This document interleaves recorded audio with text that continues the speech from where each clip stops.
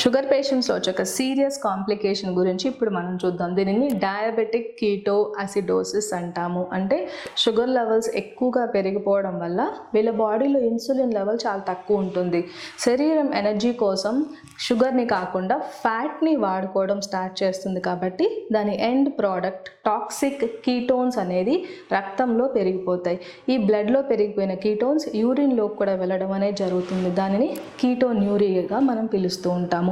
Diabetic ketosis ఉన్న పేషెంట్స్లో వాళ్ళకి frequent urination, నీరసంతో పాటు కడుపు నొప్పి, వాంతులు రావడం, తలనొప్పి, కళ్ళు తిరగడం ఇటువంటివి ఉంటే గనక షుగర్ లెవెల్స్ పెరిగిపోయి వాళ్ళు కీటోసిస్ లక్షణాలుగా మనం చెప్పుకోవచ్చు. ఫ్రూటీ బ్రెత్ అంటే వాళ్ళు శ్వాస తీసుకున్నప్పుడు స్వీట్ స్మెల్ అనేది వస్తుంది. ఆయాసం కూడా రావచ్చు డయాబెటిక్ కీటోఅసిడోసిస్లో.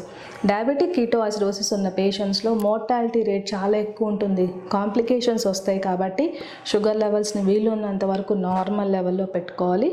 మీరు ఇటువంటి కాంప్లికేషన్ సైడ్ ఎఫెక్ట్స్ ఏమైనా గమనిస్తే వెంటనే హాస్పిటల్కి వెళ్ళి చెక్ చేయించుకుని ట్రీట్మెంట్ తీసుకోవడం ద్వారా ఎటువంటి సైడ్ ఎఫెక్ట్స్ రాకుండా మనం చూసుకోవచ్చు.